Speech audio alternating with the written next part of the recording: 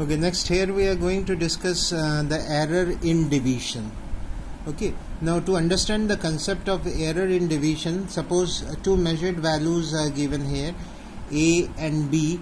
So a by b or a divided by b is the result x. Now if there is error in a and b given by delta a and delta b as written here, a plus minus delta a divided by b plus minus delta b, then the result will also have an error given by delta x. So it will be written as x plus minus delta x.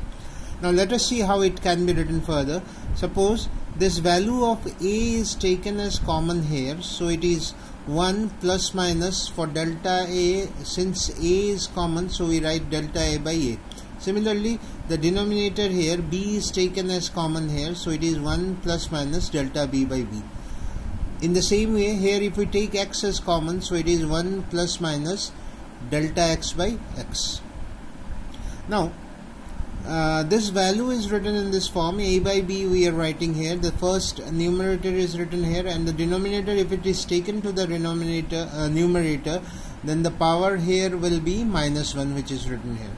Now look at this term. At this term, delta v is much less than 1 divided by b, even lesser.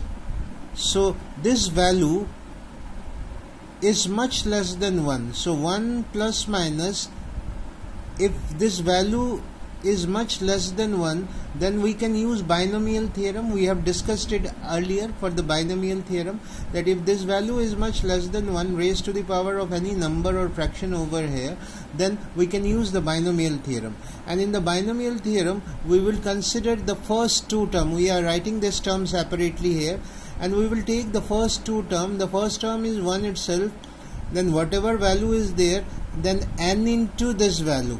So n is minus 1, so it is minus 1 into this value, so it becomes plus minus becomes minus plus.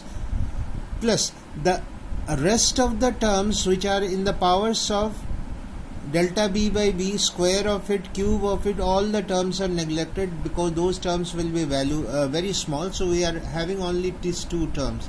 So for this value, using binomial theorem, we can write this.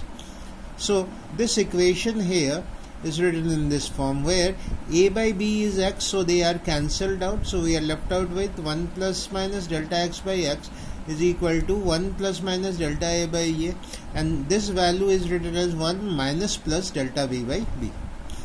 Now when we multiply them, we will get 4 terms here. First term is 1. Second term, when we multiply these two, it becomes delta a by a. The third term will be, when we multiply 1 with this one, it is minus plus delta b by b, and the last term, plus minus and minus pi, it is minus only delta a delta b by ab. Now this term delta a delta b is very small, divided by delta ab is also small, so it can be neglected since it is very small. So we are left out with only these 3 terms. Now out of these 3 terms, you can see that 1 and 1 will cancel out, so we will be left out with plus minus delta x by x is equal to plus minus delta a by a minus plus delta b by b.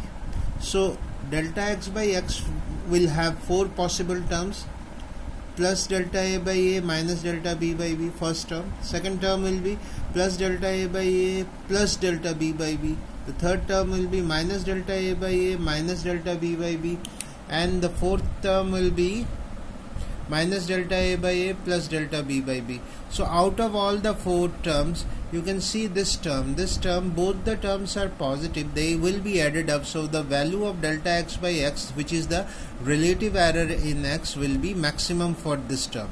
So the relative error in x will be given by delta x by a, which is delta a by a plus delta b by b. That means the relative error in the condition of division, that is two measured values a and b are divided, then the relative error in the result will be the sum of the relative errors of the individual measured values a and b, that is delta a by a plus delta b by b. These results of maximum relative error is exactly same for multiplication and for division.